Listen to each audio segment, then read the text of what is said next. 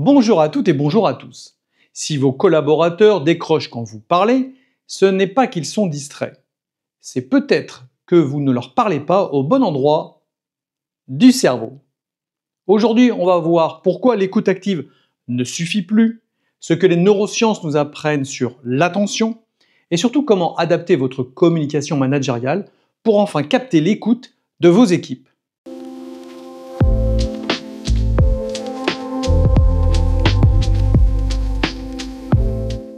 On peut légitimement aujourd'hui se demander pourquoi les équipes n'écoutent plus vraiment. Effectivement, nous vivons dans une surcharge cognitive permanente, que ce soit les mails, les réunions, les alertes Slack, les sollicitations sont continues. Résultat, le cerveau filtre automatiquement ce qu'il perçoit comme non prioritaire.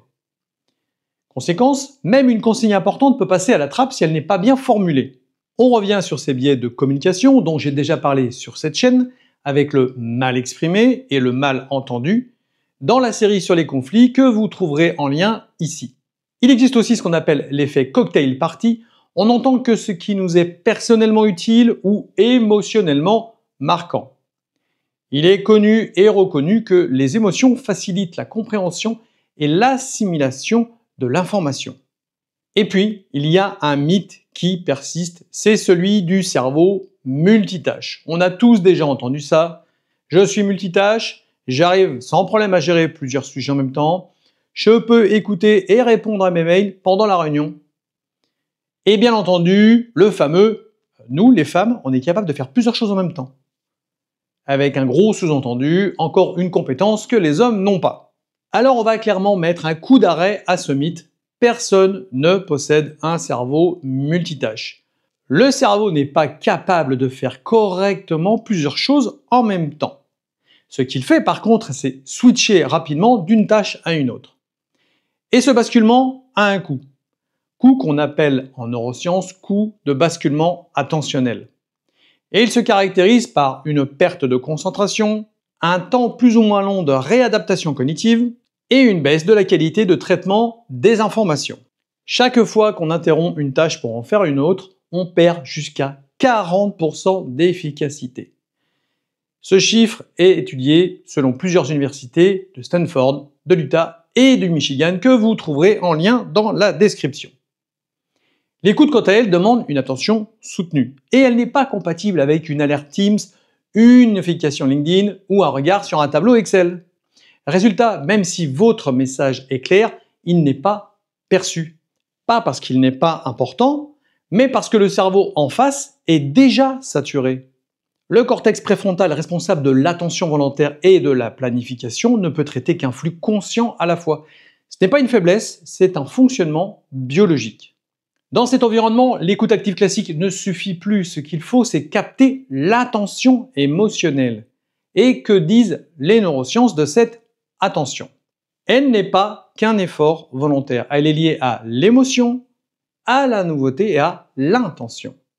Le cerveau capte d'abord ce qui le touche émotionnellement avec l'amygdale, ce qui est utile ou urgent pour lui avec le cortex préfrontal, et ce qui génère du sens et de la valeur personnelle avec le striatum et la sécrétion de dopamine.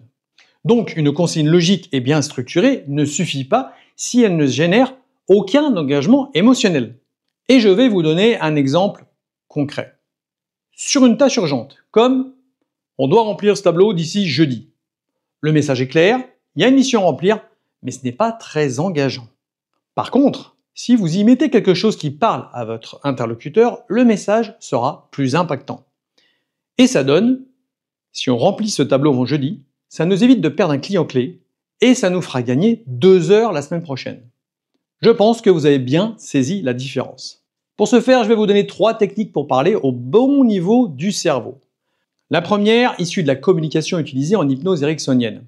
C'est une structure hypnotique légère, c'est-à-dire utiliser des phrases qui suscitent l'attention implicite. Par exemple, commencez par « peut-être vous vous êtes déjà retrouvé dans cette situation ». Et après, vous déroulez votre laïus. Ou alors, il vous est très certainement déjà arrivé. Et pareil, vous déroulez votre argumentaire. Cela engage l'imaginaire et le souvenir. Vous accrochez alors l'attention de vos interlocuteurs et leur écoute est accrue. En 2, on va s'inspirer de la communication non violente, avec des observations et des besoins formulés plutôt que des injonctions données. C'est-à-dire une observation neutre, un besoin clair exprimé et une proposition d'action. Ça donne, par exemple, j'ai remarqué que les derniers rapports sont arrivés en retard. J'ai besoin de fluidité pour anticiper les actions de la semaine prochaine. Ce serait bien d'en discuter ensemble pour voir comment on peut faire. En 3, la motivation intrinsèque. Valoriser l'autonomie, la maîtrise et le sens. Exemple, je vous propose de tester cette méthode pendant une semaine. Faites-moi un retour sur ce que vous en pensez et on ajustera ensemble aux besoins. Ne sous-estimez jamais la force du mot « est » qui est un mot de liaison engageant. Pour la suite, je vais vous donner un exemple d'une communication classique versus une communication neurocompatible.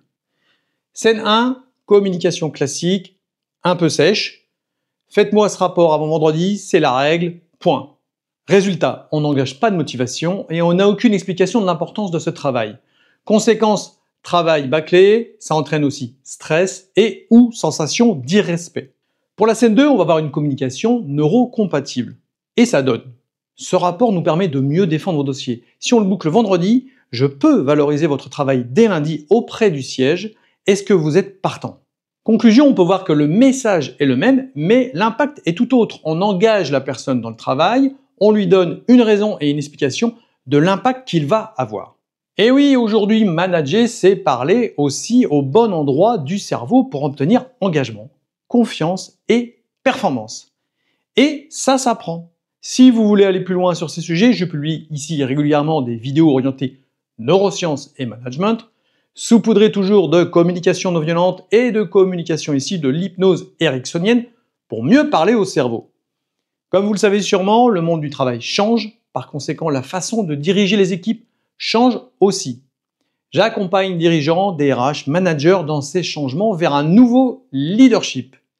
Abonnez-vous, contactez-moi et partagez cette vidéo à un collègue qui, selon vous, pourrait bien en avoir besoin.